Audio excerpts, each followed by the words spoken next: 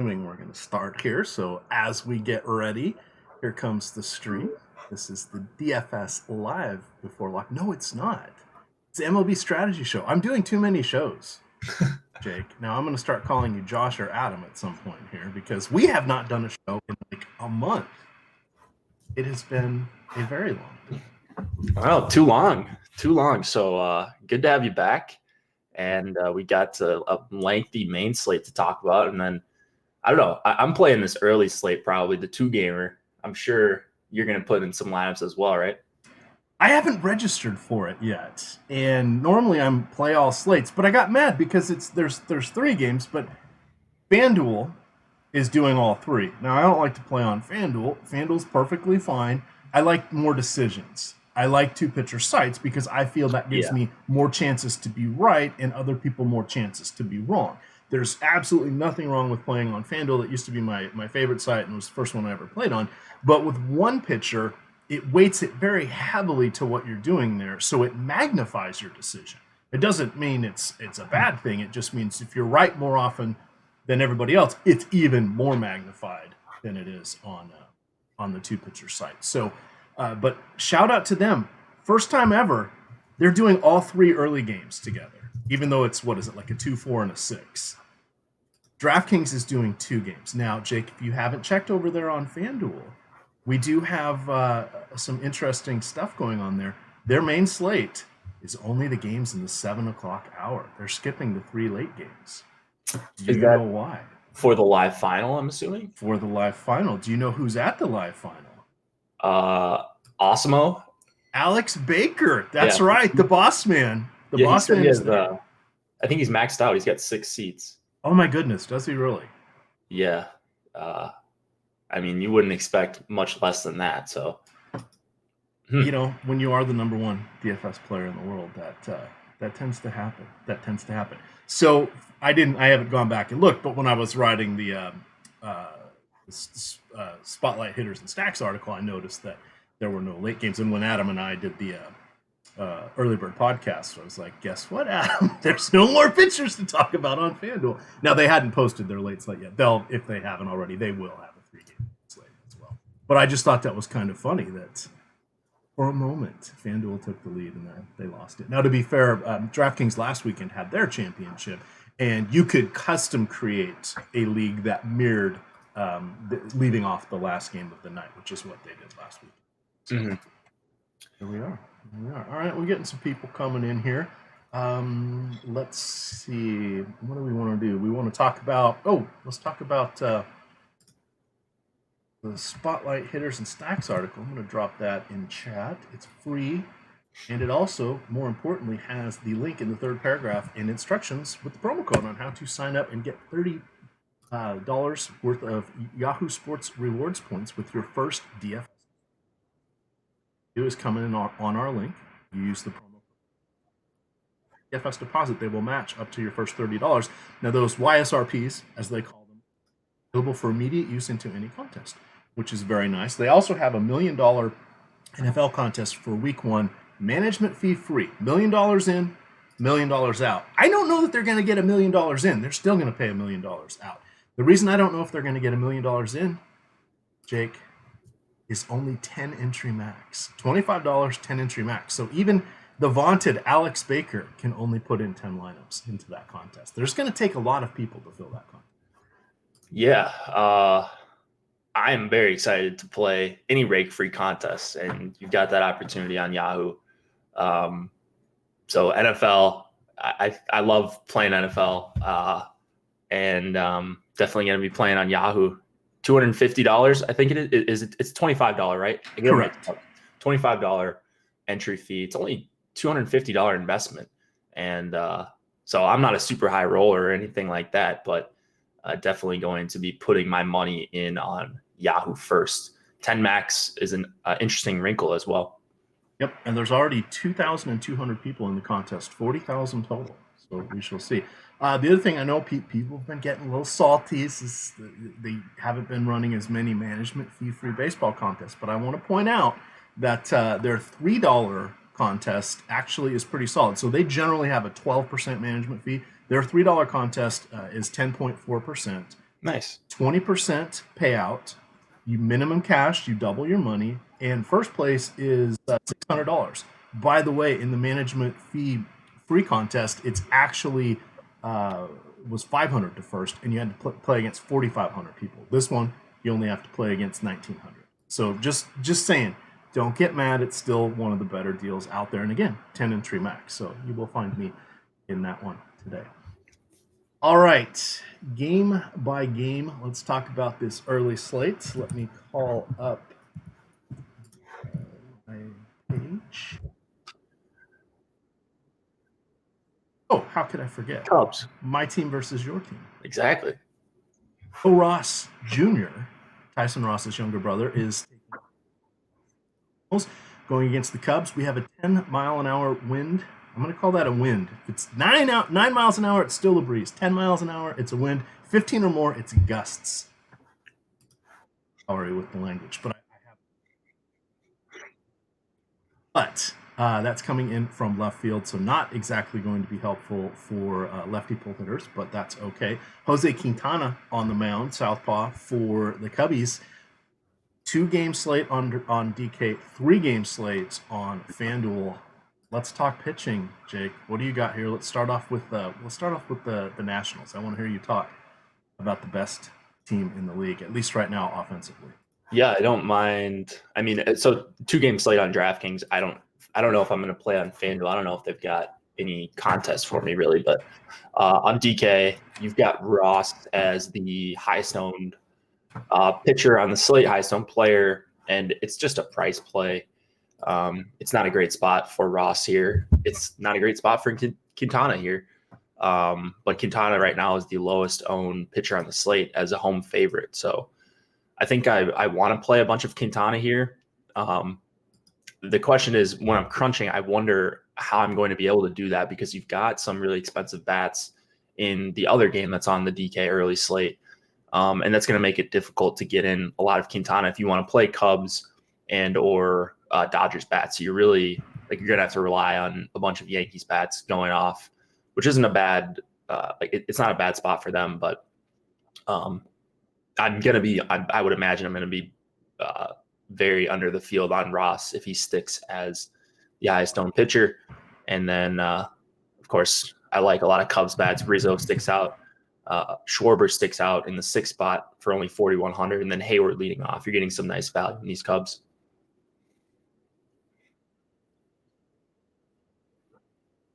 Mm-hmm. Excellent. Yep. All right, let me get over here. The old DK, since that is the one I'm most familiar with. Here, load utilizing the Fantasy Cruncher Pro, which automatically updates. You do have to hit refresh on your browser bar because if you have had a session up for a long time when utilizing Fantasy Cruncher, it does a lot of information caching, meaning it holds on to the information because there's so much going back and forth between their servers and your computer that sometimes things get it doesn't always automatically update if you've had the same browser session open for a while. Jake, when was the last time you actually restarted your computer? I usually, whenever I produce a show, I try to restart it at least like every other show. So I probably restart my computer a couple times a week at least. Yes, there are lots of people that it may be weeks, months even since they've restarted their computer. Just saying, sometimes that helps. Yeah, definitely nice to get a restart in every once in a while. I would suggest that. All right, so we've got just calling up some more stuff here. So for popularity, we've got Joe Ross at 62%. Sabathia, we'll talk about him, 54. Tony Gonsolin, 48, and then Quintana, 36. Now that's inverted based upon their prices. Now you got to pick 2 of them. So that's where the venerable CC Sabathia ends up being the second most popular, and Ross is just a price play at that point. If you were targeting against Quintana, who would you like to focus on? Yeah, I love Rendon anytime he's against a lefty. And then Soto, I like lefty as well against anyone. Just a really awesome hitter. Robles in the 7th spot. I don't know. I could get to Nat Stacks here. sure I'm going to on a 2-game slate. But I just think Quintana's going a little bit underowned because I think he's probably the best option on the slate. He's overpriced for sure on DraftKings, but I'm going to try to make it work with him. And I'm going to play at least 1 to 2 batters against my pitcher in a lot of lineups on this slate because there's not a DeGrom on this slate where you don't have to play hitters against him. I think you can play hitters against any of your pitchers on DK. Now, when doing that on a 2-game slate, how many will you allow? I'll usually allow 2. At least 1. I would allow at least 1 if you're using Fantasy Cruncher. It's just a way to differentiate as well. It gives you a better chance that you won't be duped if you're playing in a large field tournament. Yeah, so what I do on the short slates, we're going to talk a little bit about lineup construction, how you can use the Awesemo tools, etc. today, since that's going to be the strategy part of the show. We've had a few people asking, how do we make lineups? I'm a new member here at Awesemo. What can I use? What can I do? Well, you now have the keys to the kingdom. We're going to tell you how to start. You've got Yan Gomes is interesting at 2,600 there. So he comes in at super cheap. He would be a guy. So there's a couple different strategies you can use. 1, you could just lock him in and let everything fall around it. 2, if you want to double stack, I don't recommend that on the 2-game slates unless you're going to do a 3-3, because that still relaxes 2 players that can be from any other team. And if you do a 3-3, I usually say I'll take 2 pitchers or 2 hitters against my pitchers. They won't show up in those 3-3 stacks, so it could only be the 2 one-offs. But it gives you a little bit better chance of not leaving $7,000 on the table. If you're building a lot of lineups, what you want to do is in Fantasy Cruncher and other optimizers are out there. There's some free ones and stuff. You can they don't quite have the flexibility that Fantasy Cruncher does, but you can sort by amount of salary used. I'll do that, and all of a sudden it's like, wait, what do you mean I've left $7,000 on the table? And I just start getting rid of those teams and realizing that, yes, Fantasy Cruncher did do what I asked it to do. It just didn't have my intended results.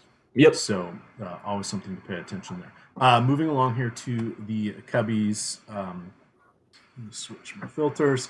Going against Joe Rush Jr., who has been dinged up, much like his brother, for quite a bit of his career.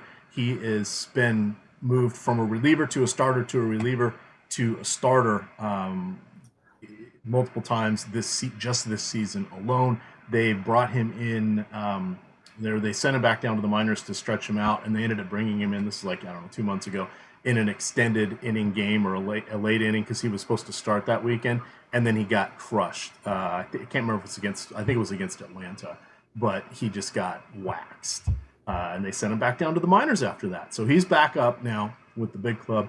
In his last outing, he went 58 pitches. Time before that, 92. 99, 87. Those are all in August. So I'd say he is going to be stretched out. I don't know if that's a good thing or a bad thing, but we're going to get a lot of him. What do we want to go against him with? I think Nick Castellanos is standing out.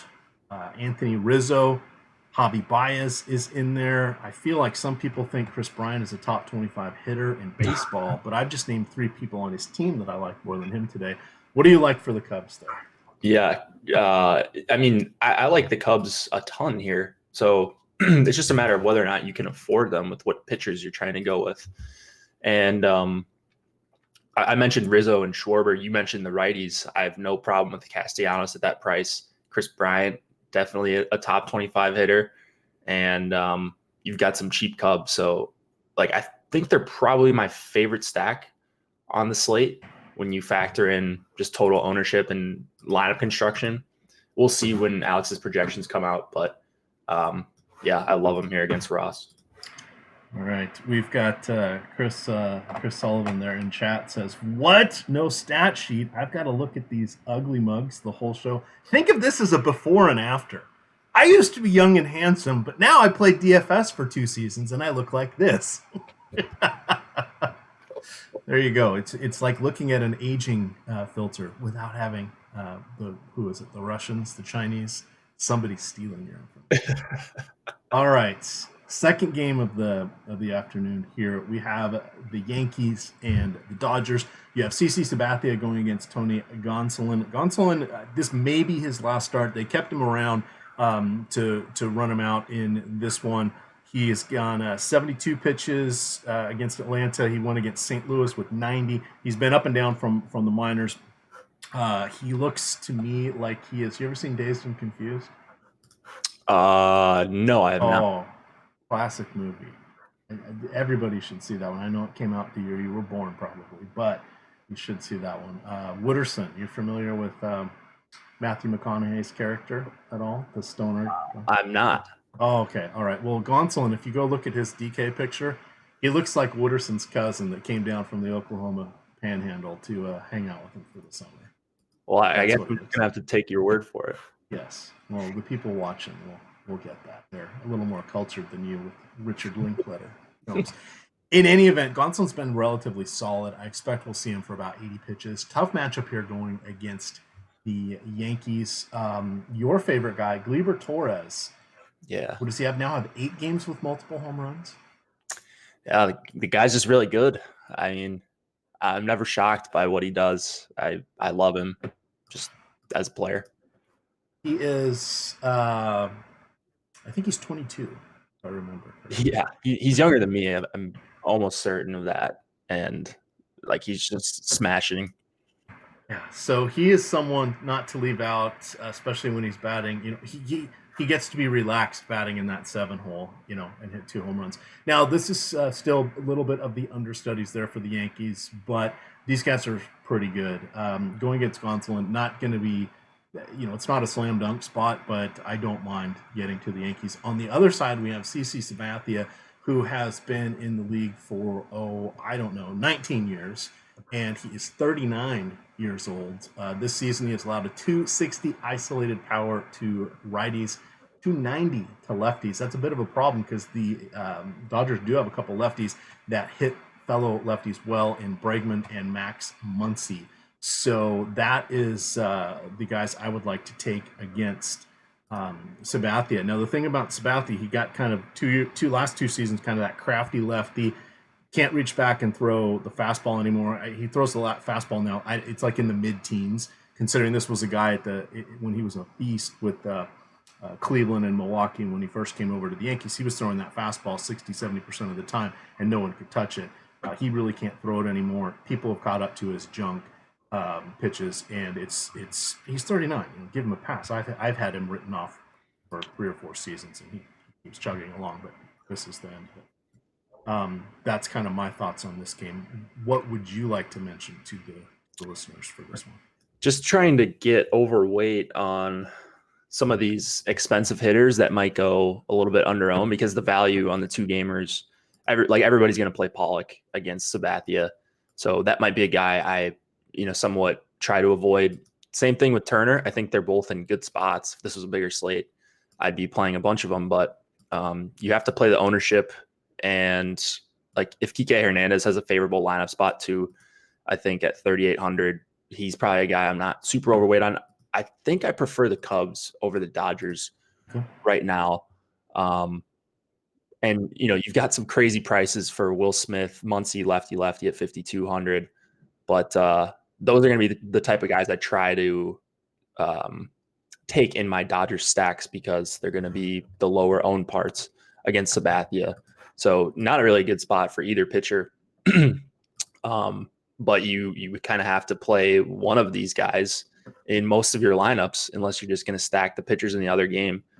There's a ton of value on the Yankees as well, but Gleyber Torres at 5,100, he would be a guy I'd really want to include in the 7 spot in as many Yankee stacks as possible. So Will Smith, no, not that Will Smith, this Will Smith. 92 at bats. Do you know how many home runs he has this season? Dude, I like 10? 12. So if he was on pace to get, let's just call it 500 at bats, that would be basically playing, like 125 games. He would have hit 60 home runs. It's truly an amazing what he has done thus far. 8 doubles. So he has 20 total extra base hits in his 92 at bats. I mean, that's a 20% extra base hit rate. So yes, he is spendy, but he clearly has earned that price tag. Moving along here to our final game of the early-ish slates, we say farewell to DraftKings. This one is on FanDuel, and of course, it is also on Yahoo because they run all of the games remaining on the slate from whenever they start, which is a fun little twist that they have. This one is Zach Eflin, Jordan Yamamoto on FanDuel. Not really fired up for either of these guys. I would go Quintana 1 at 10,400, Gonsolin 2 at 5,800. And then I think I'd go Zach Eflin 3. Yeah. Tough decision points here on FanDuel for our 6 pitchers here. There is no gimme, that's for sure. What do you like here in this third game? I think it's probably a coin flip. These two are actually on FanDuel my 2 favorite guys, I think, just because there's expensive bats in the Cubs, the Yankees, and the Dodgers, and those are all. And I mean, the Nationals also have some guys in pretty good spots against the lefty Quintana. So what I would be doing probably if I'm playing on FanDuel is playing a ton of both of these guys just because of the park. It's the most favorable park, the lowest total. I would probably lean towards Eflin getting a little bit of a discount. He is the favorite, and he can get righties out. That's something he's been able to do his entire career, I guess his short career. But, I don't expect a repeat performance from this Marlins team. They really did it to us last night, and I don't know where that came from. Velasquez completely imploded after getting a 7-run lead. But you're still getting a ton of righties in this Marlins lineup. So I give the edge to Eflin here, 59. All right, we're gonna have fun with numbers here with the Marlins. You say it caught you off guard. Pat, you can play along with this. Enter your answers in premium or in the Yahoo chat. What percentage of their games have the Marlins scored 6 or more runs? I think they've played 132 games. I was eyeballing this last night, so I have the approximate answer. 6 runs? 6 runs or more. So like last night would have been more. Right.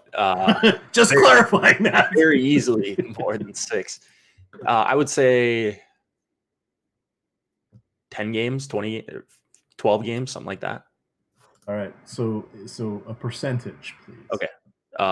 And they played about 132. Let's just use that as 8%. 8%. All right. It's actually higher. Really? So what is your second guess? Oh man. 15? It's actually higher. What is your third and final guess? 20%. That's as high. 25%. That seems like a lot. What's average for? I don't know. I didn't go and look at anything else, and I didn't see how many they've scored 3 or less because that would be useful information as well. But 1 in 4 this season, they have scored 6 or more runs. Blew my mind. Seems, yeah, just without any context, it does seem like a lot for a team that sucks, that's putting out a lot of AAA fringe MLB type hitters. Yes. So what I wanted to do is go look at what Detroit's done, and then I wanted to look at what the Giants have done as well. Because we blindly are like, oh yeah, we're going against the Marlins. And how many times have we said, oh my God, I can't believe they destroyed fill in the blank. Right. And they'll never have a total near 6, not even in Coors. They didn't even get to 6. So that is weird. 6 or more runs for a team that's going to have sub 4 implied totals, basically every game, at least every home game. Yikes. All right, so wrapping up with Yamamoto here, he has 66 strikeouts in 64 and 2/3 innings. I keep waiting for these to tail off. They have not yet. He made the jump. We've talked about this many times, but he made the jump from AA, skipped AAA, and here he is. So in AA, he did not have a strikeout rate this high. So this feels like an aberration. But hey, he got 9 strikeouts in Colorado in his last start. He allowed 2 runs on home runs, but he gets hit hard. Mm-hmm. He has allowed 2, 4, 6, 8 home runs in his last 6 games. 4 of them have had 2 each. 2 of them have had 1. So If you're going against him, you can't take Bryce Harper, who is on the paternity list. But who do you want to target him with? It's probably Dickerson, actually. I think that's a pretty nice price for Dickerson, 3,400 on FanDuel. Brad Miller, if he's going to be in the lineup at 2K, that's some nice salary relief. Not sure you're necessarily going to need it if you're playing Eflin, but if you're playing like Quintana, that might be a nice throw in. Kingery is the guy who rarely gets played, and you're not getting a discount on him, but he's going to be a guy that's pretty low owned against Yamamoto that just has power. Real Muto, Hoskins. I don't know. I don't love the Philly stack, to be honest, but it is some decent value, especially if Cesar Hernandez is leading off for 27.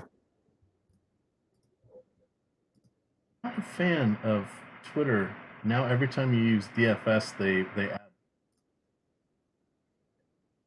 Really? When did they start doing that? I noticed it the other day, and I thought I had hit the wrong button. But if you go look at our show tweet, it has DFS and the little football. Seeing that now, that's weird. It almost looks like a little FanDuel logo. Oh, maybe they've purchased a what are those little things called? I don't know, pictures? The emojis? Yeah, could be. All right. That's going to do it there for the early slate. Let me get the little timestamp here because I'm going to upload this as a podcast. That is, we are 26 minutes in. So let me write that down because we got 12 games on the main slate. So this content is going to have a nice shelf life here and be important. But let's do a couple things here. Reminder, this is the MLB strategy show. If you have not yet signed up for Awesemo, you can use the promo code Live Before Lock. Hey, we got a lot of promo codes. They all do the same thing. We just kind of tag them so we can see where people have come from. But if you use Live Before Lock, all one word, Early Bird, all one word, MLB Stacks, all one word. Get the hint. It's all one word. You can get 50% off any 1 month package that does include Fantasy Cruncher add-on now. Does not include the Fantasy Cruncher Pro. So there's two different levels of Fantasy Cruncher. But you definitely want to check that out. We do have a lot of free content, of course. We have all of our shows. You'll get another one at 6 o'clock tonight. That'll be Live Before Lock with myself and Chris Spags. I'm dropping the link here into chat to the Spotlight Hitters and Stacks article. I got you a stack from the early, the main slate, and the late game. In that, they also links to Jake's article, Spotlight Hitters. And then as well, we do have a third paragraph that tells you how to sign up and get your initial deposit points, which again, just as good as cash. All right, Jake, let's look at a few of the tools here on Awesemo. So we've had a couple nice influx of people that have just kind of started here. And they said, well, you guys, you don't give us lineups. I wanted lineups. That's not really allowed. If people are just selling you lineups, that's kind of a no-no. And the sites will turn a blind eye to it, even though it's incredibly obvious. But they get mad when the established sites like us do it. So we don't do that. But let's talk about a few of the tools here for baseball. So the popularity, people call them ownership. I prefer to call it popularity percentages. But if you look at those, hey, anybody that's at the top, those are probably the better plays. You can go to our projections. You can sort them on a point per dollar. That should also show you some of the better plays. You say, okay, well, that's good, but I want to stack some teams. I need some synergy. We have the stacks tool. So you can go over to that, and there's 3 different columns in there.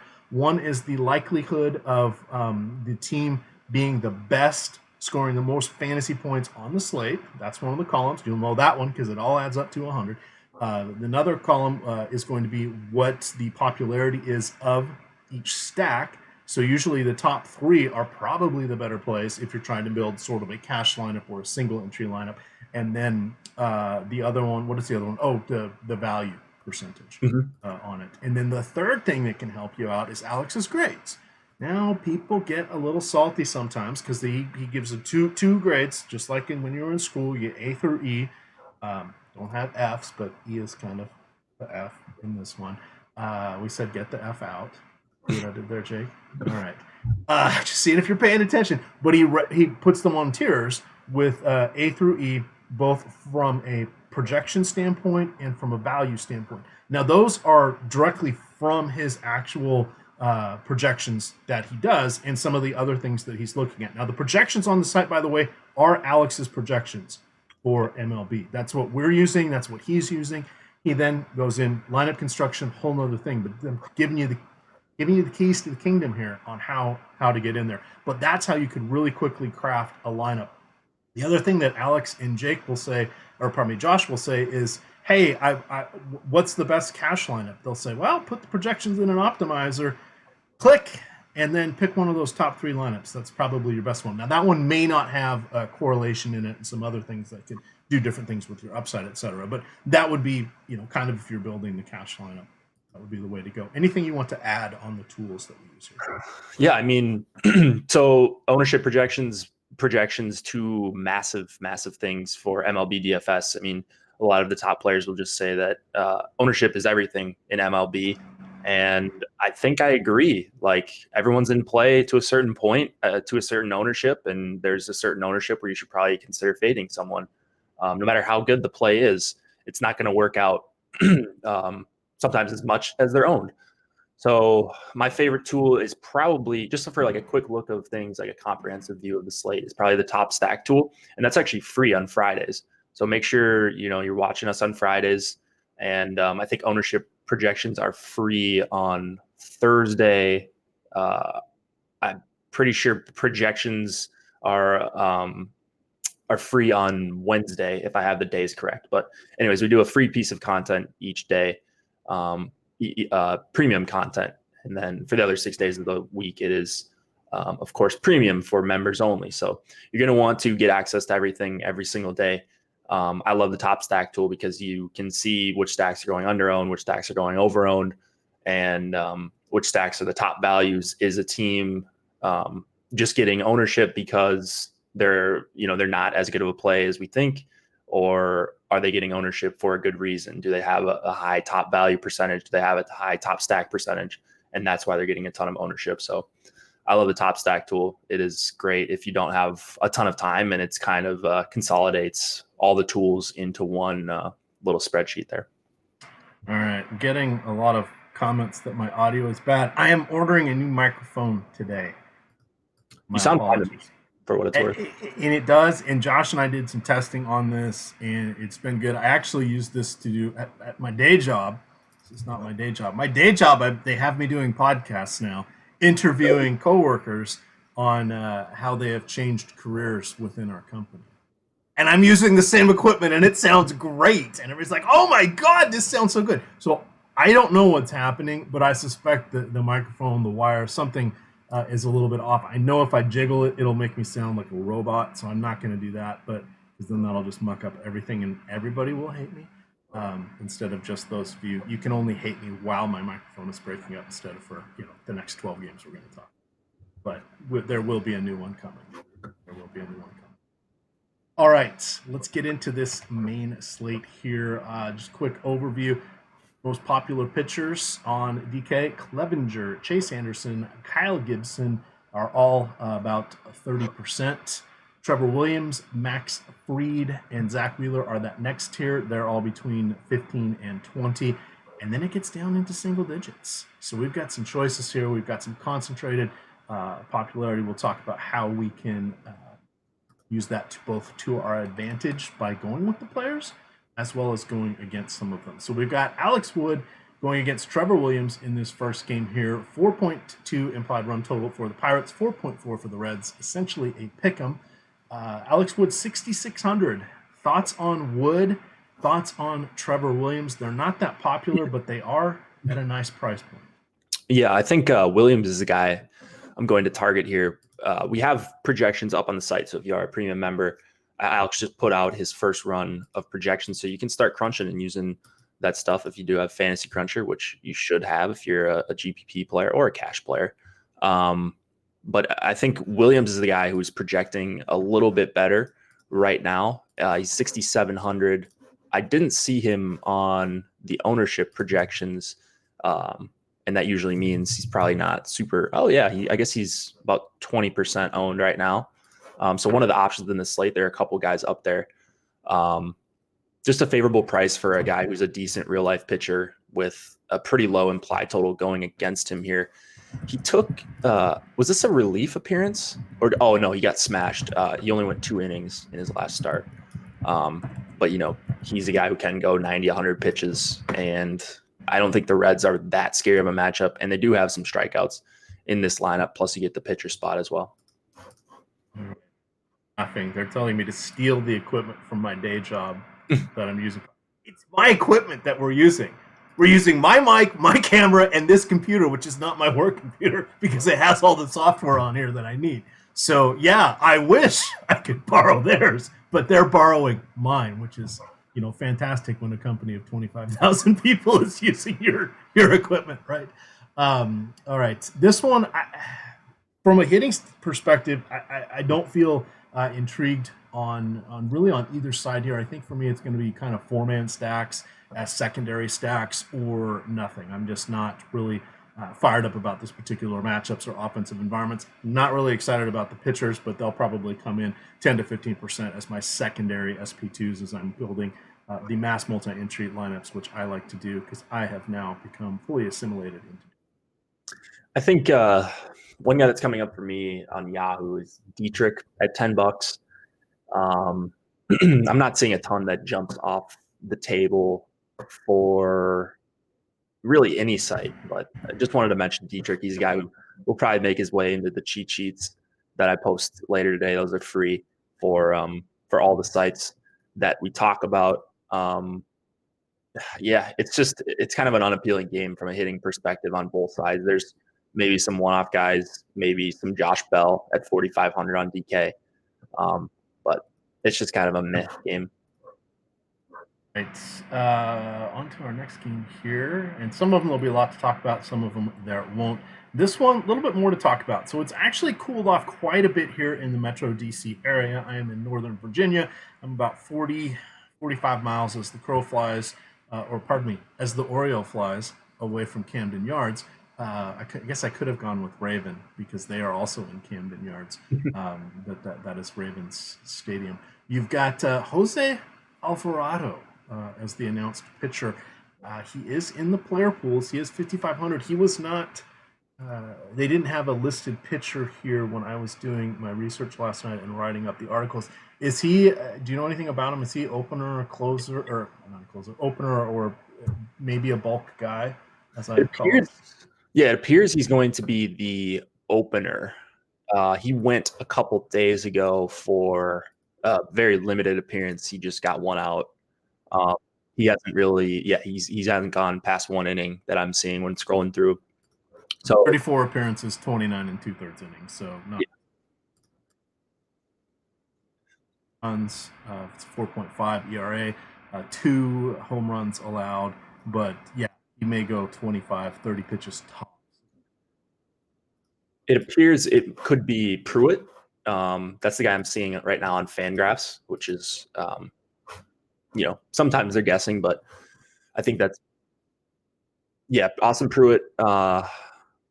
If it is Pruitt, let's see. I don't have his price pulled up because he's not. He is 7,200 on DK. Ooh, man, 72.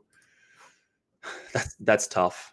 I don't think I'm going to get to him at 72. If he was 55, I would start to think about it. But I don't know. All-Star John Means on the other side, 6,100. He's someone I've got a little bit of interest in on this slate, just because you're seeing Trevor Williams, who got some ownership, or who's getting some ownership. Means' projection is not going to be great because you've got a high implied total here for Tampa, but he is an option in this range. And if he's not going to be owned at all, plus you're going to see some ownership on Tampa bats, like we talked about, and it didn't work out the other night, but with Wojciechowski, 6,100 for a guy who has been decent. Not sure that he's got the strikeout upside that Wojciechowski does, but he's going to be someone I consider for sure. That doesn't mean I'm not going to play Tampa bats though. All right, this is wild. So Austin Pruitt was down back at AAA Durham. He's been bouncing around, 30 years old, bouncing back and forth between the majors and AAA this season. He pitched. Let's see, they don't have pitch counts in here. They just have batters faced. I haven't seen that before. But he has gone. So we'll just look at innings because I was curious to see how quote stretched out he might be. But he's gone 4, 4, 2, 1, 3. So let's call it 60 70 pitches top. So at 7,200, that's going to be a no go for me. Unless we get something definitive. I think at 7,200, I'd need 80 pitches before I start thinking about it, Adam. Or pardon me, sorry, Jake. Well, I'm looking at Baltimore, and I was trying to goad Adam into saying bad things about John Means last night, and I couldn't. He was defending him. So I was reminiscing on that in my mind. So yeah, this one, no pitchers for me. Because on the other side, Means, I don't like him going against the Rays. Means has been pretty dicey over his last handful of starts. He has allowed, I closed it down, but I want to say like he's since the All-Star break, I think he's got Adam countered that and said, well, he's kind of been hurt. I said, that doesn't change my thought. Worried that the league has sort of caught up to him and now he needs to make some adjustments on his pitch mix and style. Here we go. So he had, since the break, 7.5 ERA. Wow, that's that's not good, I hear. On the season, 3.75 ERA. So he had one hell of a run in the first half. Yeah, and probably was getting a little bit lucky, but that's tough. A 7.5 ERA for any sort of substantial time, and a lot of people will say that's not a big enough sample, but still, that's probably like what 7-8 starts since the break. All right. Okay. Anything else from this game other than the weather? Weather is cool. It's going to be in the low 70s. Just Tampa bats. I would imagine they're going to be popular. I don't know if we have the top stack tool up just yet, but just doing a quick search for some of these guys. I'm seeing a bunch of their hitters in double-digit ownership. It looks like not the chalk of the chalk stack. It looks like that might be my town here, the Minnesota Jakes, could be the most popular stack, at least on DK. But Tampa not too far behind. Looks like 4 or 5 guys in double-digit ownership right now. And I think rightfully so against Means, who we don't think is great. And then the Baltimore bullpen. It looks like these do look like today's numbers on the top stacks too. Okay, cool. I'm gonna take a look at that. Let me download that into my. Yeah, because we don't have Philly in there, and we don't have New York, so that would mean This is the main. Oh, we do have New York. Damn it. Oh, is New York in there? Oh yeah, this is yesterday because. Oh, okay. Yeah, because Tampa was by far the top value. Okay, so that should get updated. It usually about midday. For anyone that's new, that's looking for the top stack tool. We do have it for all slates now, which is really awesome. Eddie did a great job putting that together because that was something that people wanted for like turbo slates and night slates. So super helpful for every slate out there. And that usually gets updated about midday, the second or third ownership run we have. All right. Again, apologies for the sound quality. I'm fading in and out. It's okay. That's what happens when he's on the show with me and I start rambling. He fades in and out. The next game, Adam was pretty stoked about Max Fried. He was going to do a pretty healthy write-up today on pitchers. That's going to be in the deep dive that's behind the paywall, so I'm curious to see where he ultimately lands on him. The price at $8,500 is a bit of a decision point. On the other side, you have Zach Wheeler coming. Oops, I'm still on FanDuel pricing. Back over here to DK pricing. $8,300 for Fried, and then $10K for Wheeler. I like Wheeler a lot, but this is just not the matchup where I want to go to. We're going to talk about how we get to Clevenger and how much we're going to want to get to him. So this game, Wheeler is probably my 4th or 5th favorite player. I suspect he will be on about 20% of my teams. Again, that is with on the 2 pitcher sites, so he will probably be what. That'll make him about my 6th most popular pitcher within my portfolio. And Max Fried, probably not going to get there. If I'm going against Fried, I love Pete Alonso today. I think Ahmed Rosario is intriguing. J.D. Davis kind of figuring things out. And then Wilson Ramos, discount dandy at $3,700. And we do have to play a catcher on DraftKings. What would you like to do with this game? Yeah, so I wrote up Fried last night. You're not getting the best price on him, but I think that's also going to keep his ownership intact. I like the total we're seeing here for the Mets, middling total at best, probably below average for this slate. I don't know. Fried's just been a solid pitcher, and you're getting him for a mid-tier price tag. I think in terms of lineup construction tonight, you mentioned Clevinger. So on the two pitcher sites, Clevinger is, of course, my number one priority. But I think I'm going to get to a lot of lineups with Fried as my SP1 when I'm paying up for Minnesota bats, or like in my Tampa stacks with Pham and Meadows, or the Brewers, or some of these expensive teams, Astros, that have really good matchups.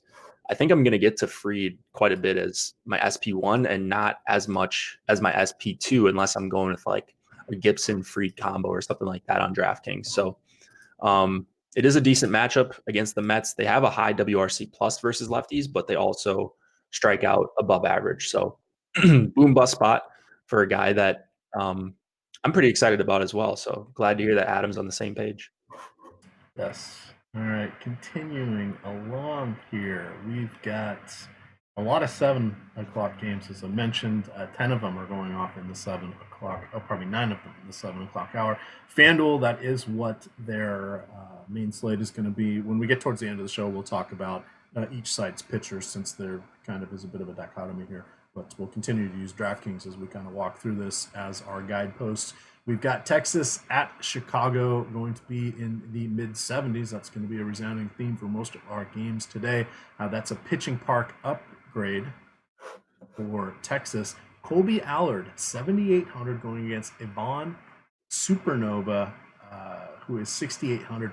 Nova, no strikeouts, no runs allowed, not many hits allowed. He's had like 2 complete games in his last 6 or 7 starts. Regression monsters out there. Jake, the regression monster is hungry. Do you think it falls apart today for Nova? I think there's a pretty decent chance it does for Nova. Just a guy that I hate for DFS. Usually does a good job keeping the ball on the ground. You're getting some pretty favorable weather here from what we've seen recently across the U.S. So I wouldn't say I would go as far to be playing Ivan Nova here, but I think he's like just the type of pitcher where I'm going to get off of a lot of Texas bats. I mean, Danny Santana is a guy that I'll target in one-offs basically all the time for 5,200 against a guy who can't miss bats. But like Hunter Pence is still super priced up. Calhoun's okay for 4,700, and then Chu is kind of the obvious value at 46. But I'm not wild about Texas stacks here. Pretty low implied total against Ivan Nova. I get that the weather's not great for hitting, but lower than I expected. I thought they would get closer to 5 implied runs here. So, well, no Joey Gallo, obviously. Hunter Pence late scratch last night, and then Nomar Mazara is on the injured list. Danny Santana dinged up a little bit, so they're shaky at best, I think, with Texas right now. Yeah, fair enough. But I would have thought something similar. So because we're seemingly used to it. Well, why aren't they at 5? Oh my God, this team has a 5 implied run total. I'm like, what? If you don't get to 6, we're not going to talk about you. So. Right. 5's normal these days. Yes, indeed. Just ask the Marlins. All righty. So this one on the other side, Yohan Moncada is back on the injured list. So a good core 4 here would be Anderson, Abreu, Moncada, and McCann. All righties going against Colby Allard. The young southpaw there. I don't mind that. We'll have to see how popular Allard gets before you really want to start leveraging against him. And right now, we have him basically at 0. He's at 1%. Yeah, I don't think Allard is going to be a guy I get to. It's very small sample, but I'm more likely to take some White Sox backs. He's struggled with walks, multiple walks in all 3 of his starts. The earned runs have been an issue here, and you're seeing a pretty healthy total for the White Sox. So Tim Anderson is the guy that really sticks out to me outside of course, Abreu. Moncada's hit lefties a little bit better, and then McCann. Eloy Jimenez could possibly be in the lineup as well. So you could get to a pretty nice 4 or 5 man White Sox stack for pretty cheap. All right. Here's all you need to know about Nova. In his last 3 starts, he's averaged 105 pitches. He has 6 strikeouts in those 3 starts. That's over 22 and a third innings, 6 strikeouts. Unbelievable. That's amazing that is working in today's MLB where guys are just swinging for the fences. Yeah. Well, he has given up 24 home runs on the year, just 2 in his last 7 starts, though. Yeah. It's good. Wheels are going to come off at some point there for him. Moving on to our next game here. Let me get back to my screens. We got Arizona at Milwaukee. Zach, is it Galen or Gallon? Gallon, I believe. Galen seems better. A little Irish twist there. We'll go with Gallon.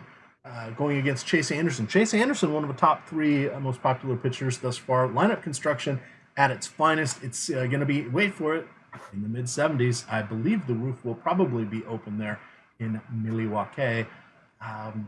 Adam was fond of Galen even at this price point. I know you like to look at a lot of the same pitching metrics and things that he does, although no one really dives into it quite as much as he does. What do you want to do here with Zach Attack?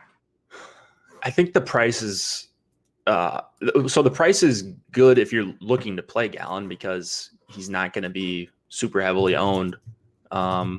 First round of projections, he was in single digits, so you like that if you're looking to play this guy. Looking at where Alex has him projected, he's actually not as bad of a value as I would have expected. Right now, he's the second highest raw point pitcher, which isn't saying a ton. It's Clevenger and then everyone else, like Cole a couple days ago. But you've got some strikeout upside here with this Brewers lineup. Going to get a mix of righties and lefties.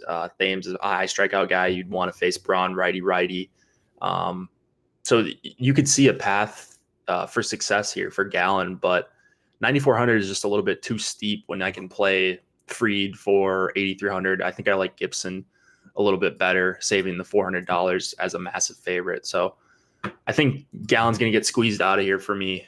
I wouldn't if I ended up with a few shares of him, I wouldn't be mad because he is a good pitcher. But I just don't think it's the spot or the price for him. Yeah, just looking here, 4.5 xFIP on the season, 13% walk rate, not great. Strikeout rate's pretty good, nearly 28%. It does not allow power. Literally does not allow power at this point. Small sample size alert, but 111 lefties, a 112 ISO, 106 righties, 0.08 ISO. Milwaukee is a very good team. They've got hitters from both sides of the plate that have power, that hit for average, and that are disciplined. Outside of Hira and Thames, who have 30% strikeout rate. They've got, Grandal, Yelich, and also Thames all have double-digit walk rates, and Moustakas is not that far behind. Kane not that far behind at 9.5. So you're right, tough matchup here. We'll have to see. Probably be kind of a 10% mix for me for here. On the other side, Chase Anderson, yikes. 5.2 xFIP over the last 2 seasons. Does solid work against lefties. He is a reverse splits pitcher. His last 540 lefties faced 277 WOBA. That's not batting average. That's weighted on base percentage. That's pretty darn elite. 150 ISO against lefties. Righties, it's a different story. 570 face, 350 WOBA, 245 ISO. Arizona's going to go lefty on him, though. That plays into his strength. How do you want to approach this one? I think I'm going to get to a ton of Chase Anderson, probably around, I'm probably going to get to Anderson and Williams. Right now, Anderson is grading out as a little bit of a better value, but both guys like the clear options, and you're seeing that reflected in the ownership projections. Right now, I get the slight edge to Anderson. As you mentioned, he's going to get a healthy dose of lefties. So you're seeing a really favorable projection for a 6K pitcher here. He is a favorite. It's not like it's a great park or anything like that, or even that great of a matchup. But this is the guy I would imagine is right now probably going to be my highest owned pitcher on the slate, which is scary. I would love it to be Clevenger, and I'm going to get a lot of Anderson Clevenger lineups and Anderson Fried and Anderson Gibson and all that. But yeah, I think I'm going to end up with kind of an absurd amount of Chase Anderson here. That's what it's going to be. We're probably going to see about 85, 90 pitches from him. They will be slightly terrifying. We're going to hope people did some game log watching. In his last start, he gave up 10 earned runs to, again, the Washington Nationals juggernaut. Yeah. But outside of that, he has been solid, though not spectacular.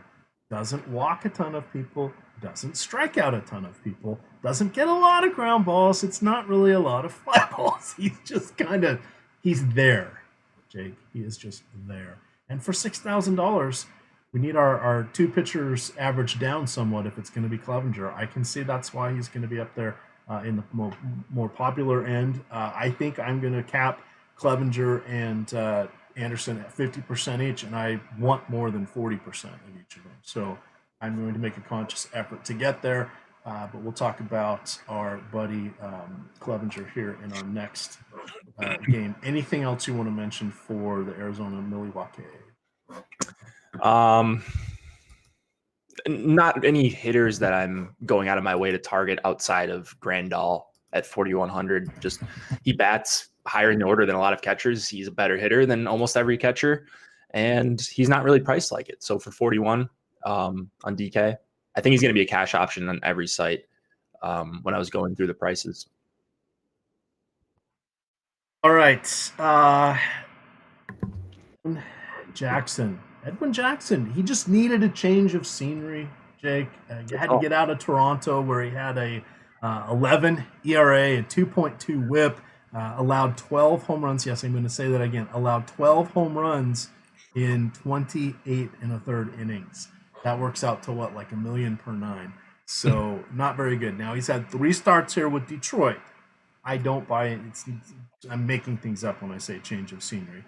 He's been a little more lucky. Allowed just 3 home runs, but that's still 15 home runs in 44 and 2/3 innings. He allows basically if he's going to allow 2 home runs every start at the rate he's going. Yes, he has a no hitter under his belt. That was a long time ago. I think that was actually almost 10 years ago on this one. He's played for a league record most teams in the league. He's now running around going into second stints of duty with teams. This would be his second tour of duty with Detroit. By the way, he last played for them 10 years ago. So I'm not knocking his career. I'm just knocking what's going to happen today, and it's going to be getting knocked out of the park there by the Twins. Edwin is getting toasted by lefties and righties. The Twins, phenomenal power up and down their lineup. I mean, goodness, their number 6 hitter has a 400 on base percentage. Arise? Yes. Yeah. The Twins broadcast, I was talking to Adam the other day. The Twins broadcast loves him. If he was in the MLB 25 years ago, he would be considered like a Hall of Fame talent because of the batting average and all that. And he's actually he's a lot better for DFS than I gave him credit for right away. Because if you're looking to stack the Twins, which you are, he's great just racking up points and getting more opportunities because he gets on base so often, as you mentioned, with the 400 on base percentage. 400 on base percentage. But yeah, the Twins are, I think, my favorite stack right now. Jackson, you look at the game logs, he hasn't been bad. He's actually been getting a few strikeouts here and there. He had 6 against Houston. I have no clue what that's about.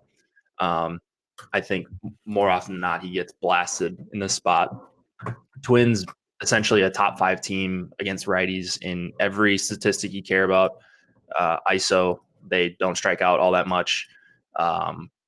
I guess the one thing is that they don't steal a lot of bases, but you don't really need to steal against Edwin Jackson if you're just putting them in the gap every batter. So I just love the Twins here.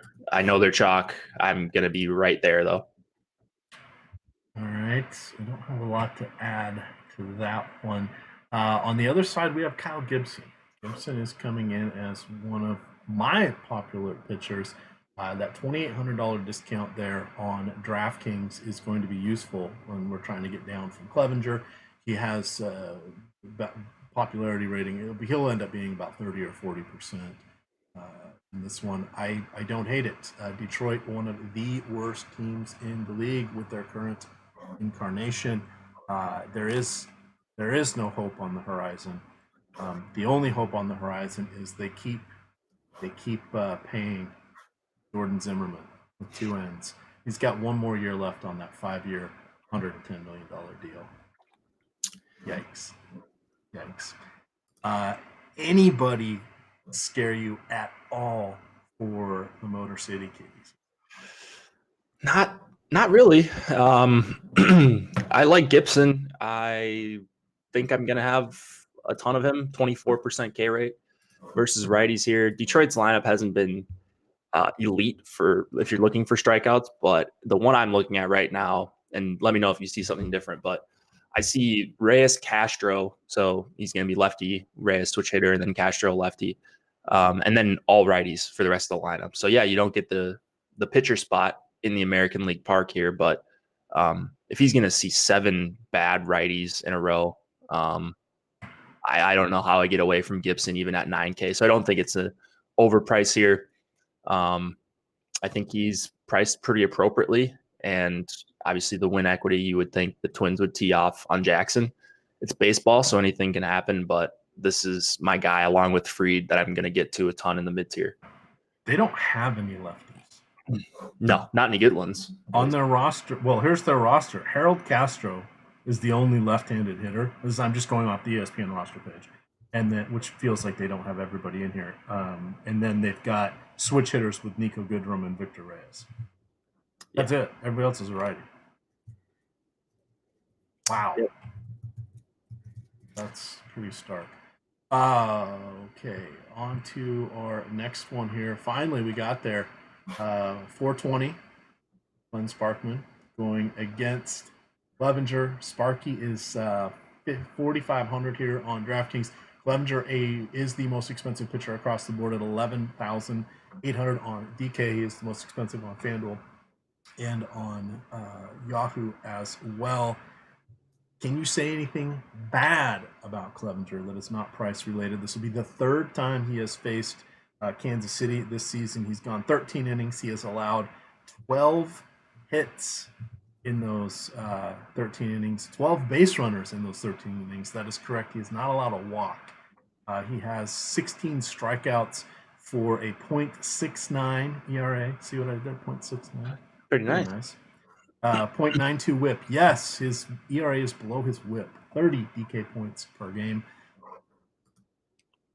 What is our concern for Clevenger? Yeah, there's not really split ends. Maybe is that it? Maybe, I don't know. His flow seems to be doing okay though when I see him pitch. So he's just got it going on in all sectors of life here. So what is he? 30+% owned right now. Yeah, I can't disagree with it. I would love to get, I got 90% Cole the other day, and I don't know that I'm going to get to him at 90% here because just looking at his salary, Cleveland's not even that expensive. But I was thinking I want to get to the Twins as much as possible. I would like to get to some Astros. I would also like to get to some Cleveland bats. So maybe I get squeezed out of not going wild on Clevenger, but you talk about the win equity at -346 favorite. I mean, he's just incredible. Still no Mondesi for the Royals. Usually the only bat that scares me against a righty. Sure, you've got O'Hearn in there and Veloria. I mean, I don't even know who some of these guys are, but they strike out. And Clevenger's got a 43% K rate against righties. He's got I think 37% overall, which are some pretty good numbers. So to answer your question in long form, no, there's no concern I have about Clevenger here. All right, that's what I got. Sparky at 4,500. Is he coming into your mix at all, just from a discount dandy standpoint? I don't think so. I don't want to say definitively no, but I think there are some better options. Maybe a guy in a couple of games from now that we might want to consider if we're just trying to avoid Anderson and Williams. Yeah. And generally what I do is I just set all the crappy pitchers I don't want. I just put them in at 5%. And then if I start getting them, I kick it down to 3%, depending on the slate size. But usually it's so I'm still getting the hitters I want in my stacks. Because remember, optimizers will do what you ask them to do. You got to go in and look and see. It's like, oh, I got Clevenger and I got Wheeler and I got all the 4-man stacks I wanted. Go look and see who's in those 4-man stacks. It's not going to be the players you wanted. I guarantee that. Right. Just be careful on that one. But that's where we end up with some of these other guys. And then, hey, then maybe you catch into a lucky one like, because it's baseball. I mean, who would have expected UC Kikuchi, who's second in the league with home runs allowed, to pitch a complete game shutout in his last start? How does that happen? I don't know. But it does. It's baseball. So those are the little outliers that sometimes you can get a breakaway lineup with them. So we're going to talk about Chichi Gonzalez. We're going to talk about Dinelson Lamet. We're going to talk about some other craptastic guys in the mix here. But that's why you end up getting to these. And one thing I want to talk about with them, so I know people are like, mass multi-entry, all you got is big money and you guys are jerks. You don't have to. Look at me and look at Jake and look at Josh. I mean, we're playing a few $100 a night and we're doing the mass multi-entry. You don't have to have a gigantic bankroll to do it. I do it by going in the quarter, the dime, and the dollar contest into the leagues. And I just enter what I want, and then I build my lineups and I put them in. I don't care that they're all different. For me. It's all about payout percentage. I know I'm not going to win $1,000, but I'm also not going to lose my asset. And that's what happens when you go into the mini max. What if you don't get what? You need like a top 7 finish to if nothing else cash. Don't you need like a top 7 finish to pay off your 150? Yeah, I think it's something like that. Like it's difficult. So I mean, there's tournaments now. There's tournaments on DraftKings and FanDuel at low price points. You can play the 20 max quarter on DraftKings. You can play on FanDuel. They have a nickel.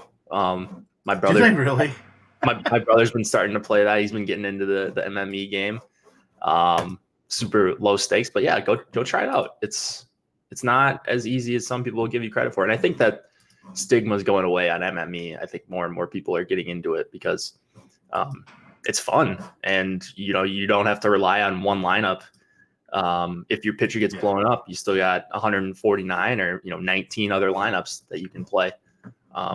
So it's pretty cool. It's good for the mental. It's good as well. Yeah, and I kind of, when I first started doing the MME, I did it over on Yahoo. I did it on FanDuel in their quarter basketball contests. Nice. And it's $37.50. And I was having so much fun doing it because you're like, oh, I can build my little thing and all this. So I've just branched that out to all the other sports. I used to be a 1 lineup person, then I was a 3 lineup person, and then I was a 10 hand build person. Now, just give me the optimizer. I like it. It's just kind of fun. To do it that way. Go down and buy in level and just have fun with this. Play my $200 a slate, and there we go.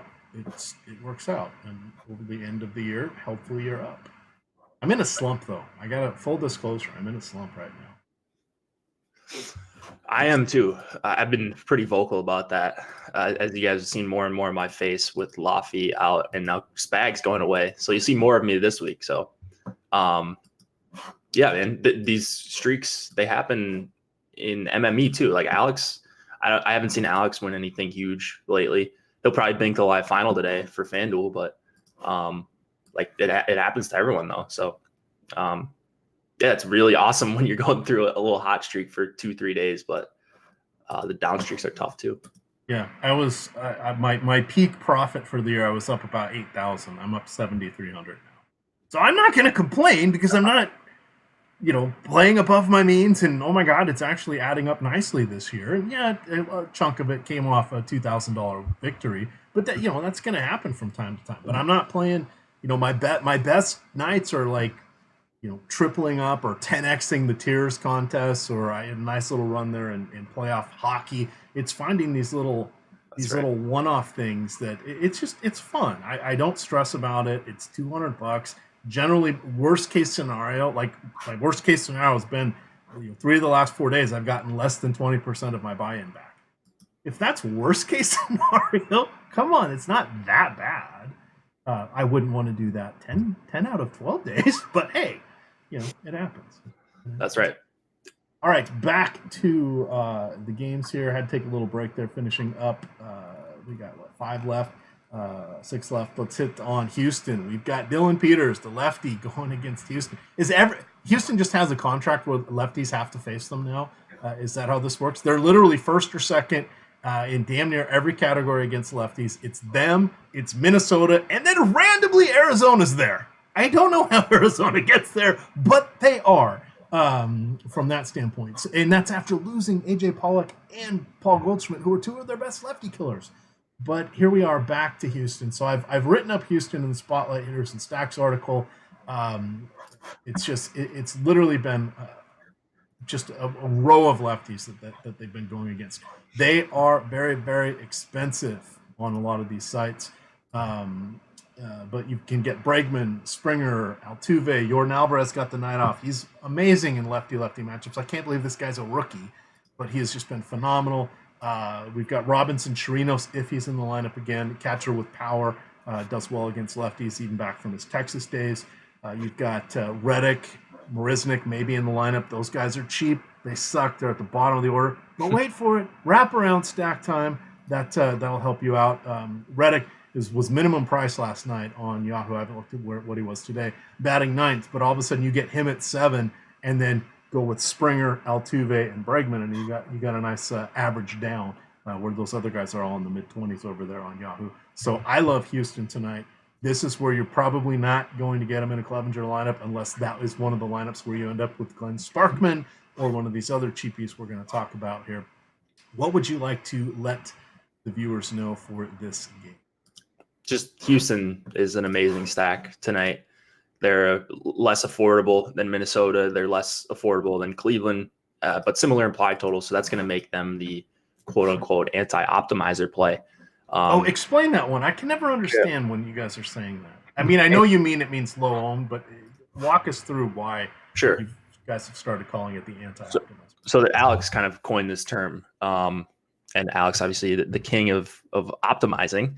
So when you're in Fantasy Cruncher, if you're not doing something to your hitters, if you're not multiplying them by a variable or something like that, what you're going to end up with is the optimizer is going to try to jam in as much value as possible. Now, Houston, high raw point totals on all their hitters.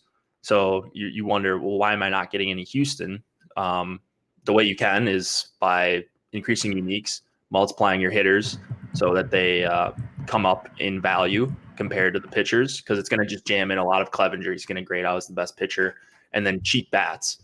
But if so that just makes them an anti-optimizer play, because you're not going to get them organically based on using any set of projections, even though they have really high raw point totals. All right, thank you. But back to our fun here.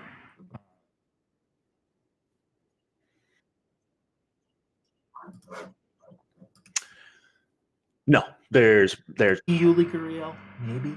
Oh, hitting for power all of a sudden. When the hell? He's hitting for home runs. He's always been good at doubles, but he's hitting for home runs now. Yeah, I have absolutely zero problem with anyone in this lineup. That they can all end up on any of my lineups. All right. Miley on the other side. This is a tough matchup against Anaheim. Sorry, I'm looking something up. I'm trying to multitask here. Tough matchup there against Anaheim, but they have been striking out more recently than expected, but they just got Andrelton Simmons back. So I don't really see a need to go to Wade Miley. Do you have any interest in Wade Miley?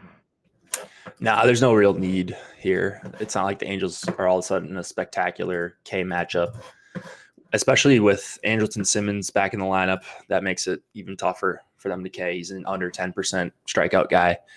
And, you've got Gibson and Fried. So no thanks on Miley. Actually, some value on the Angels bats. I think Trout is 5,600. So just want to mention Trout because I always mention Trout. But Upton, he's struggled to hit lefties this season, but we've got a long history of him being good against lefties, and he's under 4K. And I guess that's really about it. Just Trout and Upton, maybe David Fletcher leading off for 38, but he's not like a high upside bat or anything. All All right. They're asking me what league size. I mostly play on DraftKings, so I enter anytime they spawn the $1 leagues. I get into those like the single entry, the 3 entry, and the 7 entry. If FanDuel had um, two pitchers, I would play there. I think the best contest out there for if you're trying to get some volume in is on FanDuel, and I think it is their 100 mans because it's 3 entry max. You can play in the dollar and the $5, and you can easily get five, six, $700 in play without even stretching it. And then I just treat my lineups as if they're all in the same contest. I don't care because it's consistent. It all has the same player, the same payout rate, etc. So I don't worry that I've got I try to mix it up so I don't have like all my Houston stacks in one contest, etc. But it's three max on those, so you don't have to worry about it. On the 20 max ones, I'll mix and match my file, so I'm getting four-man stacks, 4 3s, 5 O's, etc. in the same contest, and it's not just chunks of the same lineup construction type. But that's generally what I do, and I've been having fun with it. So for NFL, good God, you could easily get $1,000 down. I bet in week one in a quarter or less contest. They have so many contests. Well, you just got to keep entering it, and that's a pain in the ass sometimes, but it's not. It's worth it, and then it's fun. And you lose, it's like I lost $200 tonight. If I was playing $200 in the I don't even know what the name of the contest are. The mini max, the moonshot, whatever those are, I would not have the same rate of return that I do now. I'm intentionally staying below $5 so I don't have to play against the top gamers. Or yep. Let me rephrase that. There's still good players down there for sure, but you run into people all the time. Oh, I didn't get back to my lineups. Whatever. It's only $10. It's only $20. I don't care. Not the end of the world. Well, that helps me because I care and I'm trying to, do it. So it's a little bit softer. Yep. I also like the winner takes all. The winner take alls. I like those, yeah. For a quarter and for $1. I mean, you just enter a bunch of them, and then when you hit, it's got a better payout rate than anything else out there. Yeah. That I would be putting similar money into with the payout structure like the mini max. So for me, it's contest selection. And then I just go at the end of the night and hopefully have something in contention and root for that team. Perfect. There you go. When was the last time that Wade Miley allowed more than 4 runs? Ooh. How many starts? Let's say 8 starts. That would be 42 starts. That's wild. He has not allowed more than 4 earned runs this season. That's 26 starts. He didn't allow, I think he didn't even allow 4. He has allowed 4 twice. Last season, 16 starts, he didn't allow more than 4. I think it was 3 in his most. And then you get 2 starts back into the 2017 season. He allowed like 5 or 7 in a September start. It's pretty crazy. Now, he did, a couple starts ago, give up 7 runs, but only 3 were earned. So, there you go. Man, that's crazy. Isn't it? Because you're like, oh, I'm going to stack against him. I don't know about that. It may not be the best plan. So Mike Trout, yes. That's really it for me. From the matches.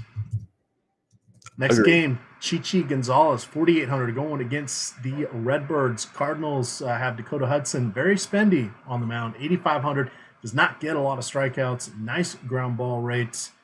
Does not do well against lefties. We're going to see a lot of lefties from Colorado. Blackman, Murphy, Tapia is really improving. Ryan McMahon's even getting better. There's 4 solid lefties right there. Then we've got Story and Arenado, who are just fantastic players. I don't think I'm going to get to Dakota Hudson tonight. And he's someone I would look to in this situation. Now, it's a 3.8 implied run total. If Hudson was proportionally cheaper, and we're going to talk about him on some sites where he is, I think he's in play, but where's the upside at 8,500 on DraftKings? If he's going to get, I'm setting the over-under at 3.5 strikeouts tonight. You want over or under? Right. That's the thing. Like, even if it's over, it maybe he gets 5, and he might have a good start here, but on DK at least, I don't think he's necessary tonight. So, I don't really love targeting bats against Hudson. You mentioned the the ground ball rate for him. I guess Murphy's fine at 4K. Arenado and Story are, they're Arenado and Story, but he's much better versus righties. So I don't think Colorado's that appealing of a stack. Chichi Gonzalez is, if I'm going to someone below Chase Anderson, just a low ownership play, a low probability play as well. He's probably the guy I'm getting to. Just going to see a decent amount of righties in this Cardinals lineup, and you just hope he can be okay. There's wind blowing in St. Louis. Still a high total for St. Louis, but nonetheless, I think Chichi is my pure punt. He would be my Paul Blackburn of the night. I'm not going to be on live before lock, but there you go, Makad. Paul Blackburn of the night for me is Chichi Gonzalez. I think I'm going to be over the field on him. Do you like St. Louis bats here, Emac? I wouldn't blame you if you did. No, I really don't. I mean, who are we going to? I mean, good God, Carpenter's been awful this year. I mean, last year he was awful for the first 2 months and then basically set a career high of like 34, 36 home runs, whatever it was. Monster comeback. This year, he hasn't engaged the switch. He's been dinged up. I mean, does he even have more than the 240 average? I want to see. And I know it's average, but I have him on a bunch of my season long. 212 average. 11 home runs. That's 11 home runs and 340 at bats. Basically double that. He's on pace for 20 home runs and 70 RBIs. Not what I want from Matt Carpenter. No, it's really not at all. For a guy who was, a really solid hitter for a few years there, batting 7th, and he's going to project well. So maybe a guy that you might want to fade if you just don't think he's very good anymore, or at least this season. I guess I don't have a ton of interest in Cardinals bats. They are cheap. So like DeJong and Goldschmidt as power guys, sure. Maybe I get to some of them in 2 and 3 mans, but even if I'm not getting to Chichi all that much, I don't see myself getting to a ton of St. Louis either. All right. Yep, that's an easy one to cruise through. Here we go. Our 3 late slate games. Boston in San Diego. Nate Eovaldi going against Dinelson Lamet. Lamet at 9,800 on DK. No, thank you. I think I looked at his pricing correctly. I thought he was 4,800. I must have I must not have seen that appropriately. Maybe I should get my eyes examined. Nate Eovaldi, nice straight fastball, not as fast as it once was. Probably goes, 50 pitches tonight? I don't want him either. Crossing this one off for the pitchers. Fire up Renfroe, Hosmer. Where's Phil Myers? Shouldn't he be in the lineup? Did he get hurt? I don't see him in the projected, so let's go see that. On the other side, I'm not doing cartwheels, but JD Martinez 4,300. Really? Andrew Benintendi 4,100. Really? I like those prices. I like those prices a lot. Yeah, so Lamet, just a massive strikeout guy, 35% versus righties this season. But he does have issues with walks. This is a very good Boston team, even though in the standings, I don't think they're having that great of a year. Mookie Betts at 4,800 is outrageous. JD Martinez at 4,300 is outrageous. Xander Bogaerts is underpriced. Benintendi's underpriced, despite the park. Moreland is a good value as well at 4,100. So a lot of value here for the Red Sox. I even like Devers as a spend up to be contrarian guy. So let's see where Boston's at. I'm just going to sort by ownership on the main side. I'm putting eye drops in on air. You can't see me, Jake, but I saw Mookie Betts at 5,800. My eyes are. Maybe No, he's 4,800. Yeah. I'm not seeing these right.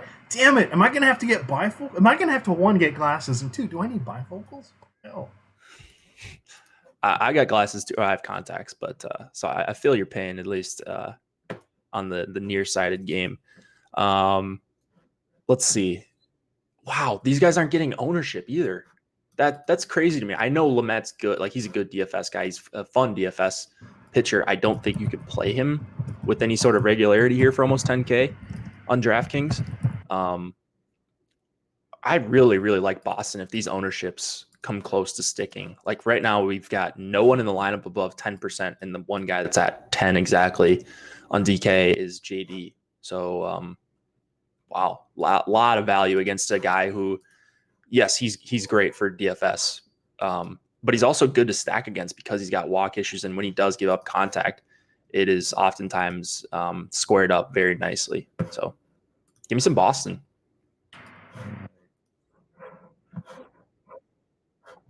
Contacts all day and eye drops. Story of my life. Yeah, I had LASIK, so I wore glasses from like third grade on until I had LASIK about 10 years ago.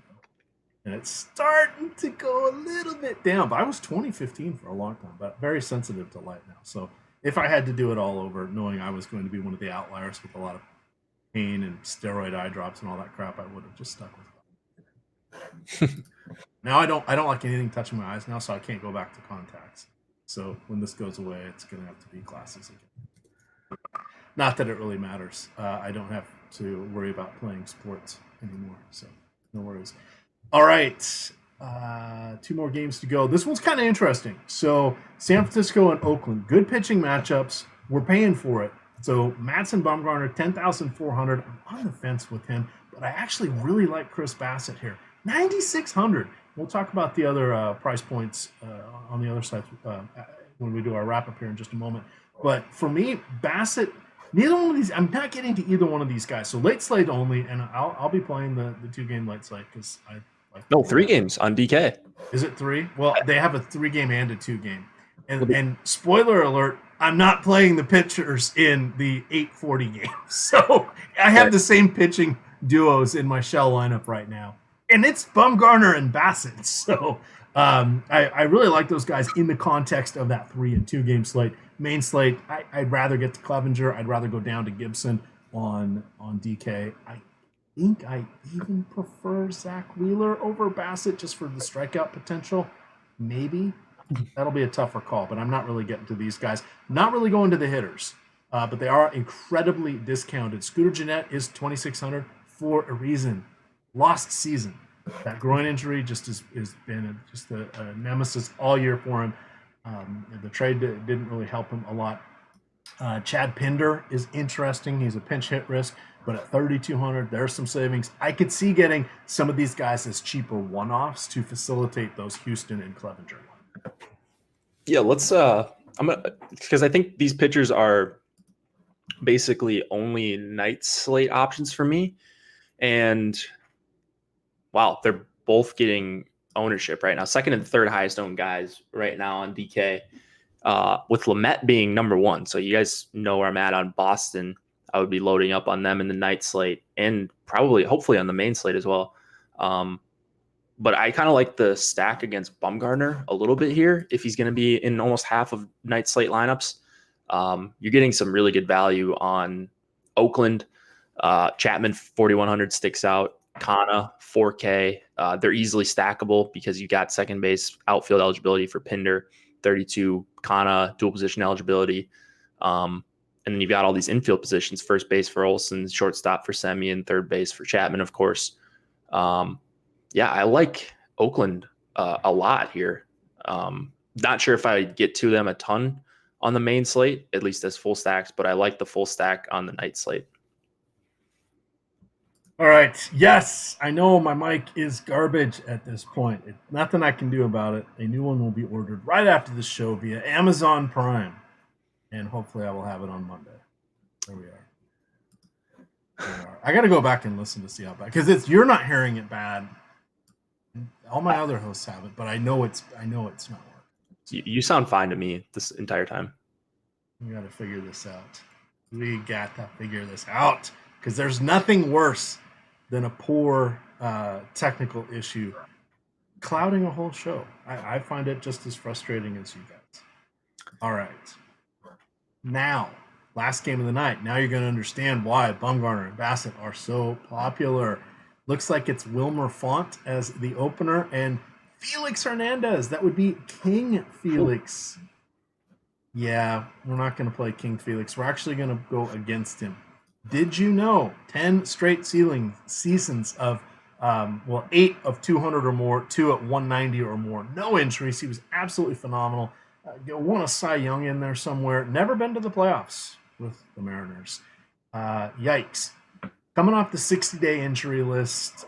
He did have 4 minor league appearances. I think we're going to see him for about 60 pitches. I can't get there. He'll be in my 10% cap on the late slate just because I'll have a little bit because I can't have Bassett and Bumgarner on every lineup, but we're stacking against him. So since the beginning of last year, so this is our track record because we only have this year. Hernandez has allowed a 202 home run per 9 to lefties, 140 to righties. Isolated power is 270 to lefties and also 270 to righties. Oops, I wrote that sentence poorly on that one. But we're going with Bo Bichette, which sounds like Boba Fett, the Mandalorian. Are you familiar with Boba Fett? I'm not. You don't know Boba Fett? Good God, Star Wars movies. Come on. I saw him when I was little, so that's my excuse for basically everything. All right, well, there's a movie, and I've only seen whichever one came out like 4 years ago where Han Solo dies. Spoiler alert. I haven't seen any of the ones since then, but Boba Fett. Okay, I can't believe you don't know it. Anyway, Vlad Guerrero Jr., Justin Smoke, Teoscar. Oh, Justin Smoke Revenge, right? The Smoke Monster. He used to play for Seattle. He sucked. Teoscar Hernandez. I'm going to do a Dazed and Confused reference here for you. Randall, Pink Floyd. Richard. There you go. You're not going to get that one. But lost on me. Yeah. I know. It's very, very sad. So I like Toronto. Like them on the main slate. Like them on the late slate. The Mariners, craptastic bullpen. This is a nice spot for them. 5.2 implied run total. Like it. I love it. I want some more of it. You're going to play any Wilmer Font? I'll have him set at 10%.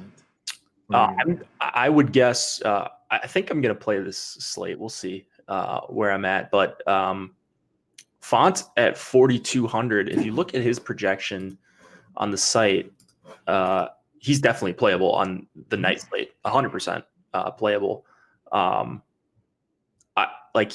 He goes 2 innings and he's good at strikeouts, and you've got a Seattle team that strikes out 25% of the time. So it's of course a risky play anytime you're playing these guys that go 1-2 innings, but I think he is playable, and I will have a lot of him on this night slate. And this is why you might want to include some sort of group or allow a couple hitters against your pitcher if you're playing him, because Seattle bats still look good. Who did you mention who's coming in after Font? Do we know? It's Stewart. It's Brock Stewart. Okay. So you could plausibly play both pitchers. I don't know that you need to do that in the same lineup. Stewart, I bet we'll get about 40 or so pitches from Font, and we'll get about 65, 75 from Stewart. I feel comfortable in both those numbers. Yeah, so I think Font's actually the more interesting guy to me. You're probably going to end up leaving salary on the table unless you get up to some of those somewhat expensive Red Sox, because there's just not a lot to pay up for on the night slate. But I like Malik Smith for 4,200. Just tries to steal anytime he's on base, basically. So you love guys like that. Kyle Seager is up to 4,500. Your boy Vogelbach really sticks out at 4,100. Oh, he wasn't my boy last night. No home run for me. That's all right. Did you get a home run last night? I don't know. I can't remember who I picked. Let's see. I don't remember either, but you get another one, you're ahead of me, right? Yeah. I picked Nelson Cruz, so no, I didn't get one. So, yeah, this game not super interesting for the main slate. I can't get to Felix. I don't know if I'm going to get to him even on the night slate either. All right, I see in Slack. Thanks. Or in a YouTube chat. Let me drop this link in here. Here's the promo. You sport the Awesemo avatar, and if you finish top 3 in any contest with 5,000 or more entries, you'll get a free month of Awesemo All Access subscription. So there you go. We had tons of people claiming this during basketball. We should be pushing it more for baseball. We haven't as much, but we'll start hitting that one up again. But all you got to do, all the instructions are in the article. Read the instructions. Read the instructions, because I'm going to get people tweeting at me saying, "Do I win? Do I win?" And I will say, "Did you meet the required criteria in the article?" "Oh, I didn't check." "Okay, well, I'm not going to check for you because I already know you didn't." So You got to be top 3 in a tournament with 5,000 or more. That can be the mini max, can be the quarter arcades, can be whatever it is.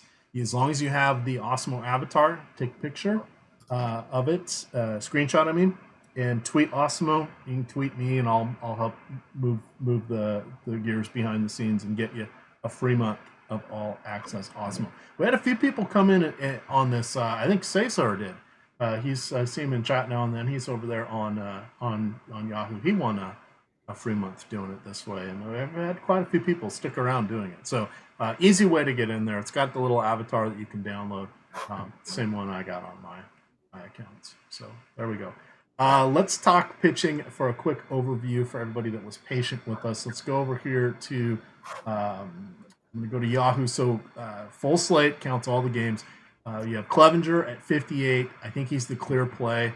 And then it drops off rapidly. Madsen Bumgarner at 46. I'm not that excited about. Nova at 40. No, thank you. Gallen at 40. Not really. Miley at 40. Not really. Chris Bassett at 40. Oh, yeah.